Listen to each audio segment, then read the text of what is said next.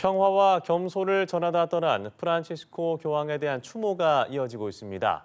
장례식은 현지 시각으로 26일 바티칸 성 베드로 대성당에서 엄수됩니다. 프란치스코 교황은 생전 한국에 대해 각별한 애정을 보이기도 했는데요. 지난 2014년 한국을 찾았을 당시 교황의 바로 옆에서 수행과 통역을 맡았던 예수의 정재천 신부 연결해서 이야기 나눠보겠습니다. 안녕하십니까? 안녕하십니까? 네, 신부님께서는 또 지난 2014년 프란치스코 교황이 방한을 했을 때 통역을 직접 하시면서 함께 하셨던 걸로 알고 있는데 그래서 더 마음이 아프실 것 같아요. 어떠십니까? 예, 하루 전에도 일반 아련을 하셨다는 소식을 들었기 때문에 이제 회복되시는구나 생각을 했었습니다. 그런데 월요일 아침 선종 소식을 들어서 예. 좀 놀랐습니다. 저는 늘 감사하는 마음으로 먼 발치에서 지켜보는 그런 입장이었습니다. 그런데 어떻게 더 도와드리지도 못하고 해서 늘 미안한 마음도 함께 가지고 있었는데요. 이런 뜻밖의 소식을 듣게 돼서 마음이 많이 아픕니다. 예, 그때 당시에 정 신부님이 가장 가까이서 지켜보면서 함께 하셨잖아요. 정 신부님이 예, 기억하는 프란치스코 교황은 어떤 분이십니까?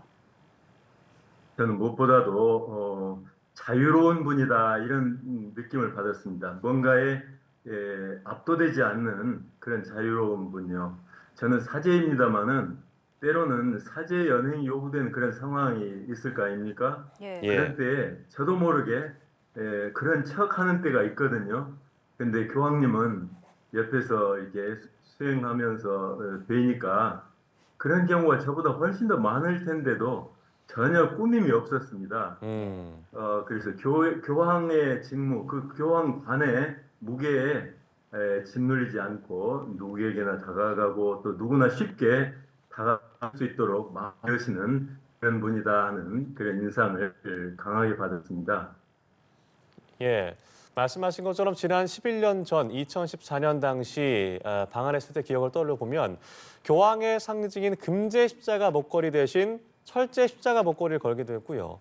낡은 구두를 신고 이동 중에는 방탄차가 아닌 소형차로 이동을 하면서 이 청빈한 삶의 모습을 그대로 보여줬습니다. 이게 모두 프란시스코 교황의 본인의 선택이었다고요. 그렇겠죠. 예, 예.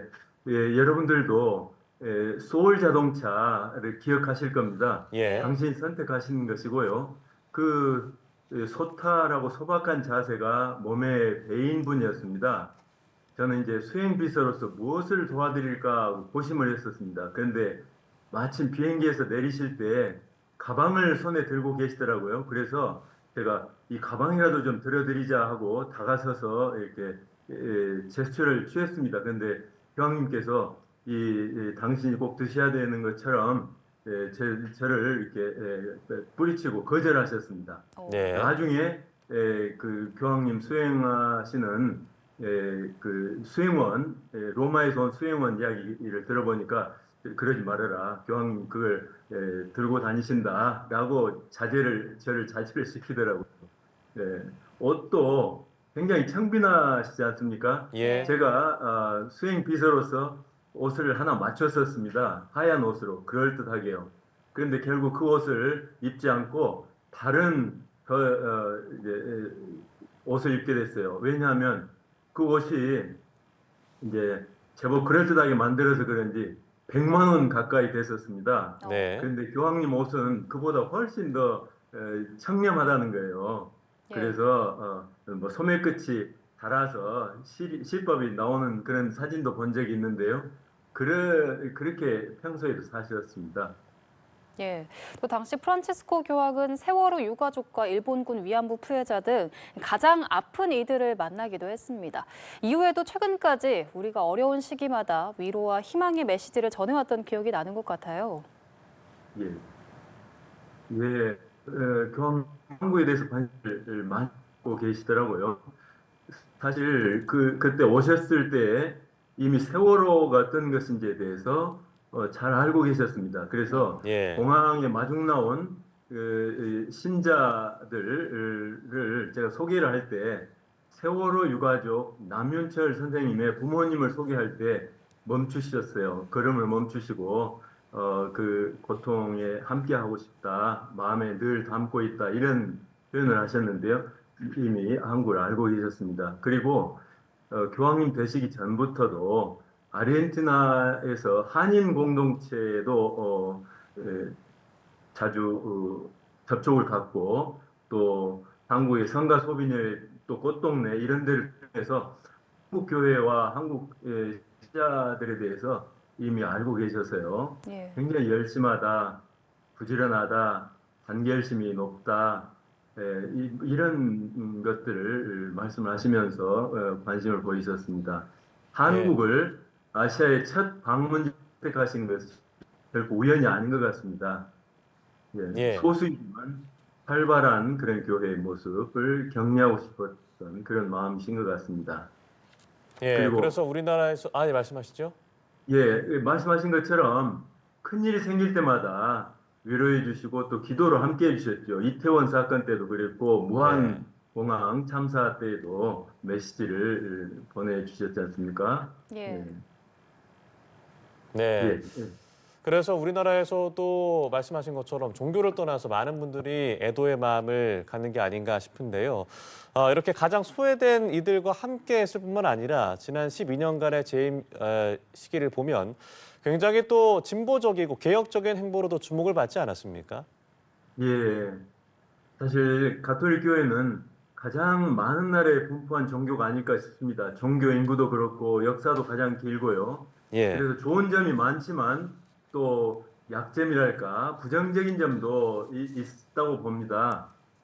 말하자면 조직이나 제도 그리고 사람 중에 무엇이 먼저냐 또 무엇이 목적이고 무엇이 수단이냐 할 때 이게 우선순위가 자칫 혼동이 일어날 수도 있는 정도라고 생각이 됩니다. 예. 그런데 이것에 대해서 분명히 해주셨다고 생각이 됩니다. 첫 번째로 교황님은 바티칸 행정을 개혁하셨습니다.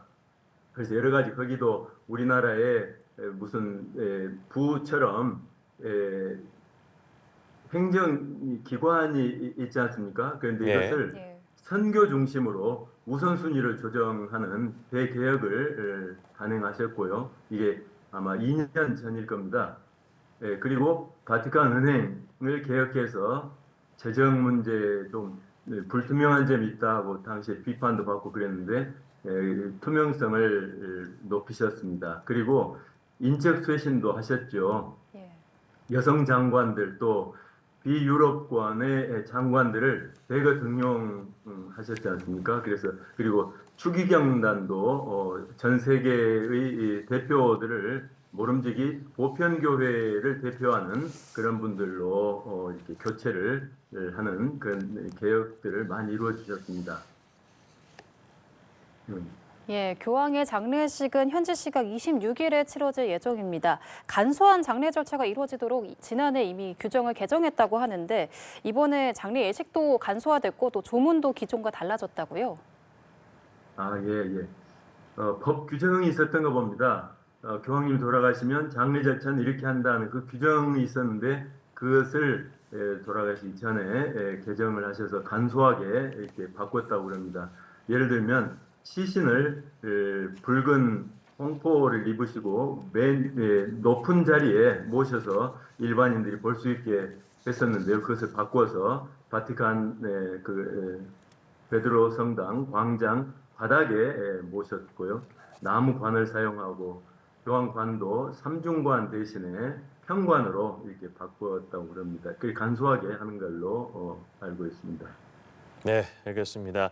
사랑과 평화, 겸손을 전한 프란치스코 교황의 선종에 국가와 종교를 넘어 전 세계가 한 마음으로 애도를 하고 있는데요. 저희가 예수의 정재천 신부와 자세한 이야기 나눠봤습니다. 신부님 고맙습니다. 고맙습니다. 예, 감사합니다. 안녕히 계십시오.